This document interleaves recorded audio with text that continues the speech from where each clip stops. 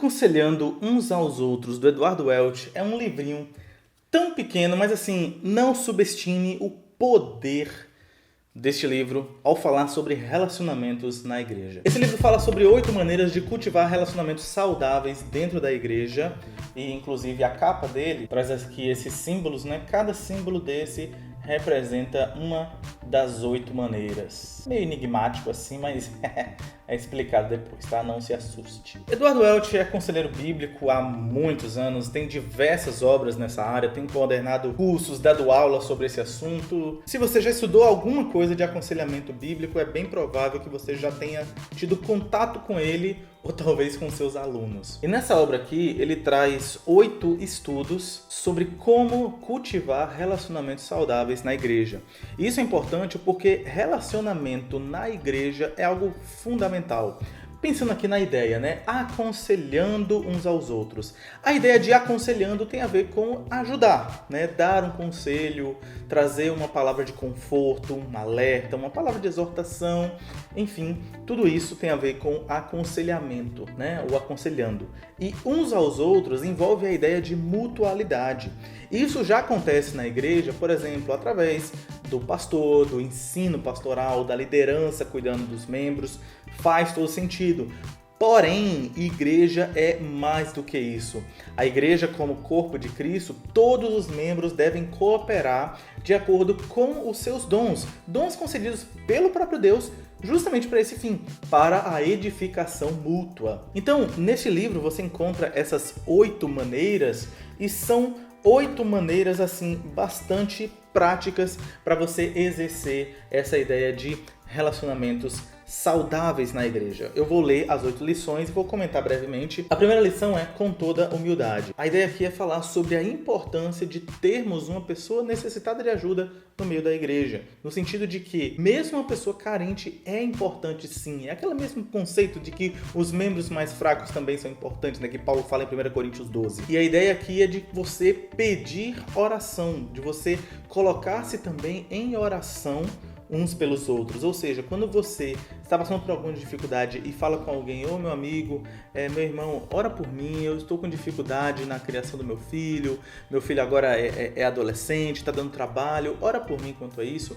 Quando você mostra a sua dificuldade e pede oração para uma pessoa, necessariamente você está levando essa pessoa a exercer uma prática cristã. E isso é bênção, isso é uma parte de cultivar relacionamentos saudáveis. A segunda lição é aproxime-se das pessoas. Na igreja, por vezes, a gente lida com multidões, né? Grupos de muitas pessoas que por vezes não se conhecem. A depender da igreja, você tem dificuldade de saber o nome das pessoas, mas mesmo em igrejas não muito grandes é possível que você se relacione com certos grupos de afinidade e não se relacione com outras pessoas. E a ideia aqui é de você ter proatividade de se aproximar de alguém, de você olhar para aquela pessoa e falar, puxa, aquela pessoa nunca mais esteve na igreja, deixa eu conversar com ela, deixa eu saber como ela está, né? Deixa eu desejar a paz do Senhor para a vida dela, uma boa semana. Coisas simples que podem fazer a diferença no cultivar relacionamentos. A lição 3 é conheça o coração.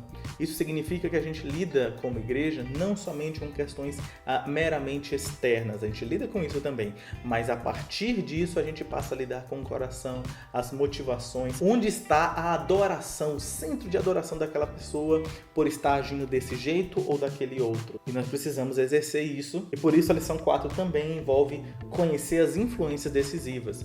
Precisamos ajudar uns aos outros no cuidado de como as influências ao redor têm afetado a adoração da pessoa. Não sei se você já passou por isso, mas às vezes algumas pessoas se afastam um pouco da igreja, ou por causa de trabalho, por causa de viagem, por causa de estudos, e às vezes voltam com uma mentalidade tão mundana, uma perspectiva tão fria sobre a realidade, que perdeu o aspecto espiritual e piedoso. Então, essa percepção, às vezes a própria pessoa não tem, mas alguém da igreja tendo, pode alertá-la e ajudá-la a estar atenta quanto a isso. A lição 5 é: seja pessoal e ore. Considerar com empatia as dores e as dificuldades do outro e colocar-se juntamente com ela em oração, reconhecendo quem é que resolve as coisas. Que não sou eu, não é ele, mas é o Senhor Jesus, né? Lição 6 é conversa sobre sofrimento. Então, conversas sérias precisam ser tratadas. Tudo bem a gente conversar sobre o jogo de futebol, sobre o clima que está calor aqui em Brumado, e às vezes eu tenho dificuldade de conter o quanto eu estou suando aqui sem um ventilador e quanto eu preciso de um ar-condicionado. Tô brincando, mas o calor é de verdade. Às vezes a gente compartilha sobre conversas triviais, porém precisamos ter conversas um pouco mais sérias também.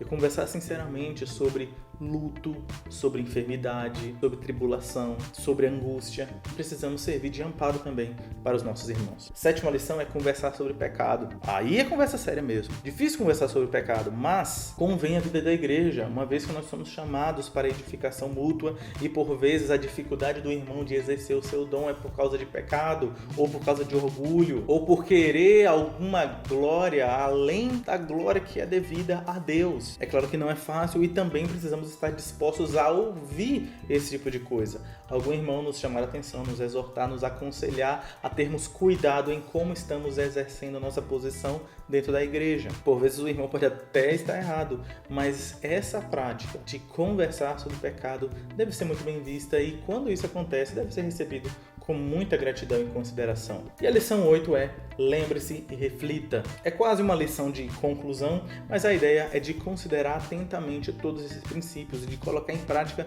seriamente. Não simplesmente achar bonito, não simplesmente decorar e achar legal, mas de exercer mesmo, de colocar em prática de acordo com a palavra de Deus. Então esse é o sumário, né? Você pode ver aí que é limitado a simplesmente essas 8 lições, é bastante simples. E o livro ele é feito para ser, digamos assim, estudo de grupos, né? Por exemplo, se você tem grupos pequenos na sua igreja, reunião em grupos familiares, né? Reúne ali várias pessoas para estudar sobre um assunto e bater papo, ele é feito para isso. Inclusive, você lendo em voz alta, é curioso, nem todo livro é assim, mas esse aqui funciona muito bem para leitura em voz alta para todos acompanharem. Os capítulos são bastante curtos, você deve imaginar, né, como é um livro de 70 e poucas páginas com 8 lições, dá aí menos de 10 páginas para cada lição. E sempre tem ao final algumas perguntas de reflexão e discussões para você considerar com o grupo, compartilhar as dificuldades e expectativas no meio de relacionamento com a igreja. Então assim, é um livrinho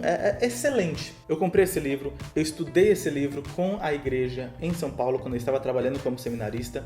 Quando eu cheguei em Vitória da Conquista, eu já iria trabalhar com esse livro, depois eu acabei compartilhando com os pastores, dando o estudo dessa parte, a gente fazer isso juntos. A editora Fiel depois compartilhou gratuitamente, eu acho que foi por tempo limitado, se eu encontrar novamente eu coloco na descrição, mas compartilhou gratuitamente o formato digital, mas mesmo assim eu comprei o e-book para ter a sincronia de notas, poder acessar do computador também. Então assim, é um livrinho que eu gostei demais, recomendo demais para o aconselhamento na igreja, para promover esse tipo de coisa em uma linguagem bastante acessível que qualquer pessoa pode entender, inclusive para ensinar também facilita.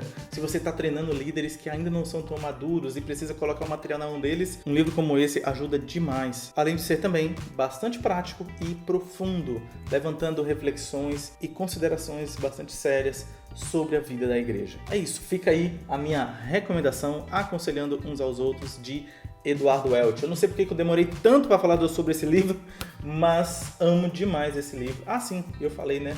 Lá na igreja em Vitória da Conquista e agora aqui em Brumado eu comecei uma série de estudos baseado nesse livro. Sim, gosto demais, recomendo e quando eu tenho a oportunidade de falar sobre ele na igreja, eu falo. É isso aí, gente. Eu vou ficando por aqui. Obrigado por ter assistido esse vídeo. Se quiser comprar o livro, se quiser comprar o e-book, se quiser comprar o Kindle, o link está aqui na descrição para você aproveitar. Lembrando que sempre que você comprar pelo meu link na Amazon, ou você entrando no meu link e comprando qualquer coisa na Amazon, ao entrar pelo meu link você já me ajuda e qualquer compra você não paga mais por isso e eu ganho uma comissão. Isso ajuda a gente manter aqui o canal, sempre trazendo novidade, trazendo qualidade. E para quem trabalha sozinho eu preciso de mais ajuda de vocês, então valeu por tudo.